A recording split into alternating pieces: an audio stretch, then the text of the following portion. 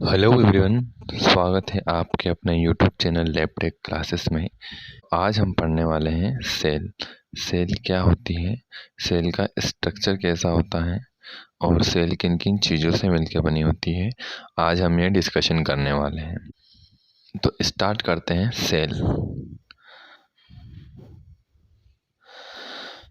तो सेल की डेफिनेशन होती है, cell is the basic fundamental unit of life. Cell जो होती है वो लाइफ की बेसिक फंडामेंटल यूनिट होती है। Cell are the smallest structure and functional unit of life. Cell जो होती है ये हमारी बॉडी की सबसे छोटी, स्मॉलेस्ट और स्ट्रक्चर मतलब कार्यात्मक और संरचनात्मक इकाई होती है।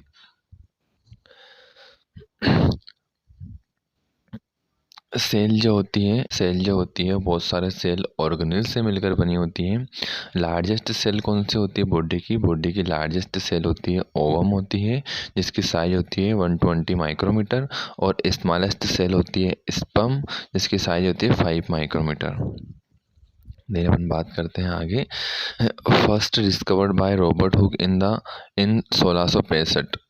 सबसे पहले सेल को रॉबर्ट हुक ने 1665 में डिस्कवर करा था। इन्होंने डिस्कवर करी थी डेड सेल को। कौन सी सेल को? डेड सेल को 1665 में रॉबर्ट हुक ने डिस्कवर करा था। और 1674 में ल्यूवन हुक ने लिविंग सेल को डिस्कवर करा था। देन रॉबर्ट ब्राउन ने डिस्कवर बाय न्यूक्लियस। जो सेल के अंदर जो न्यूक्लियस पाया जाता है उसको किसने डिस्कवर करा था? तो उसने करा था रॉबर्ट ब्राउन ने डिस्कवर करा था। तो यहाँ से बहुत सारी बार क्वेश्चन आता है कि बॉडी की सबसे स्मॉलेस्ट यूनिट कौन सी होती है? तो सबसे बॉडी की सबसे स्मॉलेस्ट यूनिट होती है सेल होती है। नेक्स्ट सबसे लार्जेस्ट सेल कौन सी होती है? सबसे लार्जेस्ट सेल होती है फीमेल ओवा। और सबसे स्मॉलेस्ट सेल होती है स्पर्म। देन एक यहाँ से क्वेश्चन आता है कि सेल को सबसे फर्स्ट किसने डिस्कवर करा था? तो रॉबर्ट हुक ने 1665 में करा था, पर इन्होंने डेड सेल को डिस्कवर करा था। देन लिविंग सेल को ल्यूवन हक ने 1674 में डिस्कवर करा था। देन बात करते हैं सेल के अंदर जो न्यूक्लियस प्रेजेंट होता है उसको रॉबर्ट ब्राउन ने डिस्कवर करा था।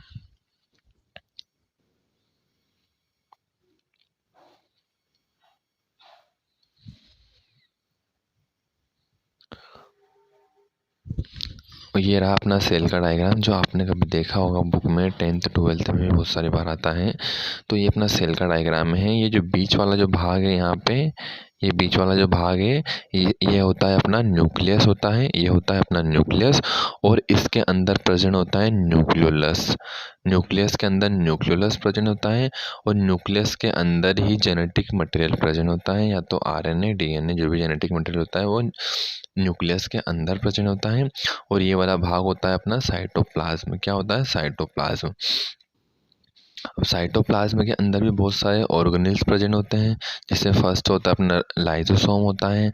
इसके अंदर माइटोकॉन्ड्रिया होता है, गाल्जी ऑपरेटर होता है, और अपना होता है एंडोप्लाज्मिक रेटिकुलम। और एंडोप्लाज्मिक रेटिकुलम भी दो तरह के होते हैं।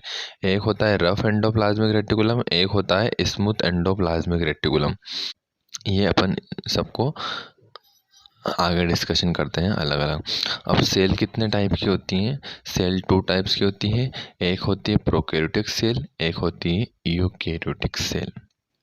प्रोकैरियोटिक सेल का एग्जांपल है बैक्टीरिया, और यूकैरियोटिक सेल का एग्जांपल है ह्यूमन के अंदर जो सेल पाई जाती है, सारी ब्लड सेल होगी, कोई सी भी सेल होगी, वो सारी अपनी ह्यूमन के अंदर जो सेल प्रेजेंट होती है वो होती है यूकैरियोटिक सेल।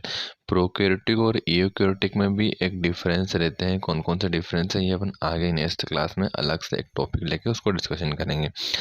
अभी अपन बात करते हैं स्ट्रक्चर ऑफ सेल। सेल के अंदर कौन कौन से स्ट्रक्चर पाए जाते हैं, जो भी अपन ने यहाँ पे आगे देखे हैं। ये इसके अंदर जो भी स्ट्रक्चर पाए जाते हैं ये क्या होता है और इनका क्या फंक्शन रहता है, अपन अभी एक एक का डिस्कशन करते हैं। अपन बात करते हैं स्ट्रक्चर ऑफ सेल। सेल के अंदर कौन कौन से स्ट्रक्चर पाए जाते हैं? तो सबसे फर्स्ट होता है अपना न्यूक्लियस, जिसको अपन केंद्रक बोलते हैं। न्यूक्लियस जो होता है वो क्या करता है? जेनेटिक मटेरियल को कैरी करता है, डीएनए या आरएनए जेनेटिक मटेरियल को कैरी करके रखता है। देन अपन बात करते हैं साइटोप्लाज्म।